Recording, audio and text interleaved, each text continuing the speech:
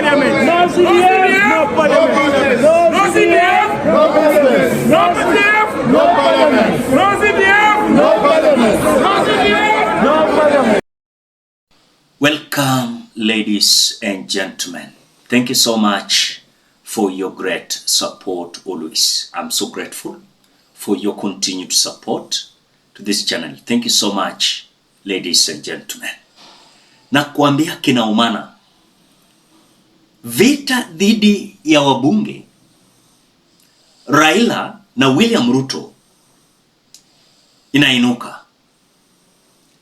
There is a hot crisis and a fight is erupting in between members of parliament William Ruto and Raila Odinga. Children who up to today there are some constituencies where children are yet to get funding for bursaries, Honorable Speaker. And it is also not lost on many people in the country that with the advisory by the Comptroller of Budget on bursaries from county governments going to our vulnerable children, it is only CDF that is left now to help these children. And many people, especially those who are college-going students, Honorable Speaker, are waiting for these bursaries. And the best that we can do as a house is to hold the cabinet secretary and the principal secretaries to account as to why they cannot disburse CDF in time. Previously, these members of parliament said it very clear. No CDF, no parliament. On the line, the government is always supporting their executive programs to the detriment of CDF. So what we are saying is that we have suspended all sittings, all government businesses until CDF is expanded to our schools. Now, in January, new students are joining from 1. There are those who are continuing in high school. So we are saying they must provide money now and not later. No CDF, no parliament. No CDF, no parliament. No CDF, no parliament. No CDF, no parliament. No CDF, no parliament. No CDF, no parliament. No CDF, no parliament. But as we speak,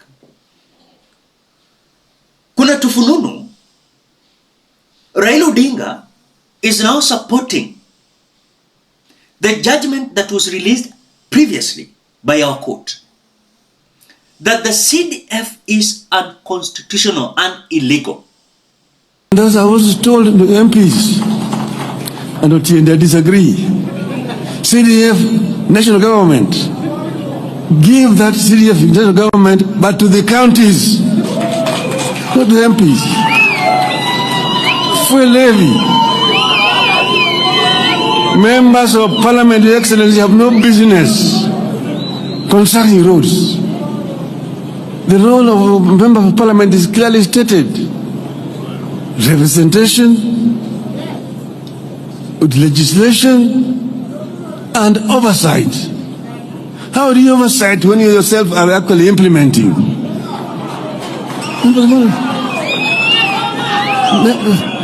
Those funds should go to the counties, and if the governors mess up with those things, then we deal with the governors themselves. But they don't tie the hands of governors, and then MPs go and say, mimi ndio nimejenga barabara hii, pindi nimejenga barabara hii, nimejenga shule hii, niko hospitali hii, governor hajafanya chochote. Because the governor has not been given the money. Give the money to the governors. Let devolution work properly. And that's why I say that if they don't do it, we will make it an election subject. Campaign properly against the members of parliament. So that members of parliament should allow governors to do their work and then do oversight, which is your constitutional duty. That is what I wanted to say today. I don't want to make a long... And these members of parliament should not be given CDF. On the other side, I have seen the majority leader of the National Assembly, Kimani Ichung'wah, now claiming the lack of this CDF, yenye tukiongea sahi pesa haijakuwa disbursed to our various constituencies, is claiming that kuna wanafunzi ambao watakwama nyumbani kwa sababu hakuna pesa ya CDF. Children who up to today there are some constituencies where children are yet to get funding for bursaries, Honorable Speaker. And it is also not lost on many people in the country that with the advisory by the Comptroller of Budget on bursaries from county governments going to our vulnerable children, it is only CDF that is left now to help these children. And many people, especially those who are college-going students, Honorable Speaker, are waiting for these bursaries. And the best that we can do as a house is to hold the cabinet secretary and the principal secretaries to account as to why they cannot disburse CDF in time. But on this side, Raila Odinga anasukuma William Ruto kusema kwamba we want money to our county governments, and so then there's no need to give these members of parliament CDF. At the same note, they are being given the fuel levy. Kazi yao ni kukula tu hizi pesa. Ladies and gentlemen, before you continue, as you always do, ensure you like the video. When you like the video, you automatically support the work that I'm doing in this channel, because sometimes you watch and you forget liking the video. Thank you so much for that like. When Raila Odinga stood during the burial of the former member of parliament of Kisumu West, Honorable Kenya.BONFACE'S, he said it very clear that in the constitution there's nothing called CDF,